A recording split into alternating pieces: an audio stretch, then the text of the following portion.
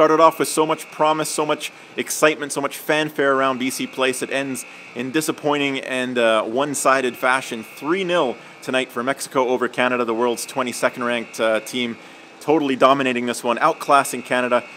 Terrific nights for a few players. Lozano on the wing. Of course, Chicharito gets the goal, played well. Layun, the fullback, the left back, Guardado in midfield. It was one-way traffic for a lot of this game. The disappointment for Canada will be they had their chances in the first half. It was a suicidally open game for Canada, but they were somehow still in it. And Junior Hoylett blasted one over the bar, could have opened the scoring, had another great chance in the opening 45. So they certainly did have their moments. They moved the ball around well at times in the opening minutes, but it really was one-way traffic for a lot of this game.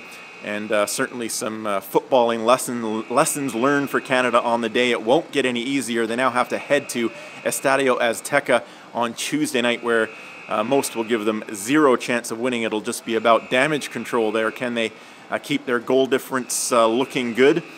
But the Canadians say they'll go down there with some confidence still. They'll regroup. They'll go and try and get a point, which would be unbelievable in Mexico. You wouldn't give them much chance after tonight. Not just the gulf in talent, but also where these players are at in their seasons. You've got Mexican players in mid-season form. You've got way too many Canadian players just starting their season or in preseason still. You've got an unattached player in Tosaint Ricketts starting on right wing tonight. So certainly some concerns there in terms of form. The lineup wasn't the reason they lost the game tonight, but of course people will pick apart the lineup. Benito Floro going with Doniel Henry, a natural center back at right back, and Henry having a rough night. At the center back position, you had David Edgar on the bench.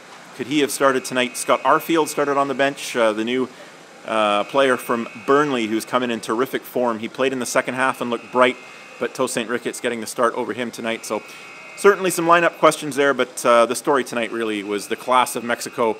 Some terrific goals, some terrific play. Canada with a long, long way to go in terms of being an international, true international force. But can they do enough to qualify for the Hex? That's really the only question that matters. El Salvador, Honduras, 2-2 tie tonight. Fantastic result for Canada. So they're still in second place in this group, and they have some hope there. But Tuesday night, it's going to be some tough sledding at Estadio Azteca.